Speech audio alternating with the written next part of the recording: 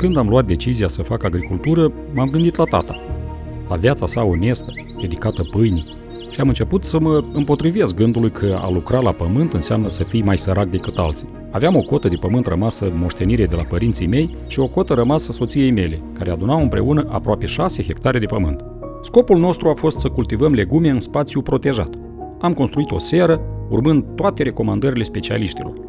Desigur, cultivarea legumelor este de neconceput fără irigare, iar să construiești un astfel de sistem nu este atât de simplu și am fost nevoiți să recurgem și la credite bancare. Investiția financiară nu a fost marea problemă cu care ne-am confruntat. După luni bune de muncă, a venit primăvara și a început munca de sezon. Efortul nostru părea că dă roade, până în clipa când au început așa zisele verificări. Deși avusesem grijă ca totul să corespundă cerințelor, ni s-au găsit mici nereguli în documentele de avizare a utilizării apei. Ni s-a cerut să sigilăm robinetele până aducem actele în regulă. Dar cum să-i spui răsadului că tu o să oprești irigarea pentru o săptămână sau două? Rezolvarea, așa cum ni s-a dat de înțeles, e simplă. Să oferim o mică atenție cui trebuie, altfel slabă nădejde să rezolvăm problema rapid. Am refuzat, desigur. De câteva zile mă ciocnesc de întrebări fără răspuns, ignoranță și apropouri. Ni s-au făcut 10 de evaluări suplimentare. Încep să cred că documentele de fapt nu reprezintă nicio neregulă. Ni se oferă doar o singură soluție. Dar oare doar banii implic sunt unica rezolvare?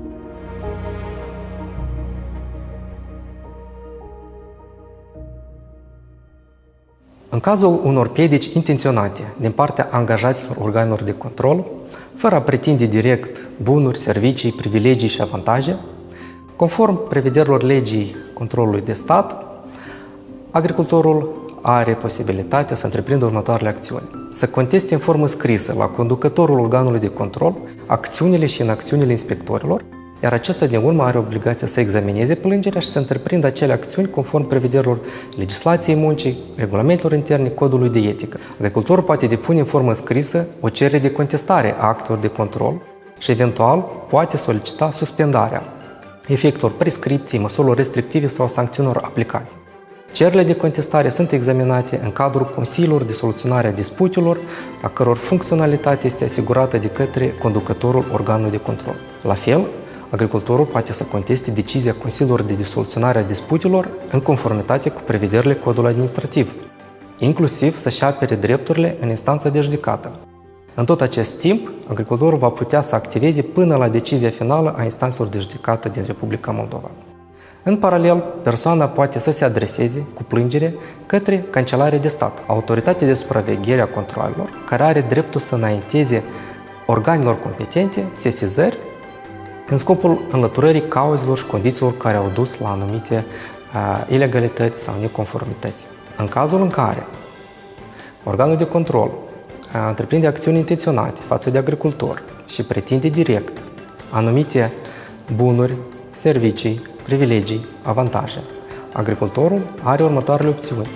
Să se adreseze la conducerea organului de control prin intermediul linii specializate anticorupție, în formă scrisă, prin poștă, e-mail sau direct la sediul autorității, iar conducerea organului de control, dacă este de bună credință, are obligația să o înregistreze, să o examineze și în cazul în care aceasta se referă la acte de corupție, să se seseze Centrul Național Anticorupție. O altă opțiune pentru agricultor este să seseze direct Centrul Național Anticorupție online, înscris, folosind modelul de sesizare disponibil pe pagina web a CNA sau la linia națională telefonică anticorupție. Nu tolera corupția. Denunță manifestările de corupție la linia națională anticorupție 0800 5 de 5.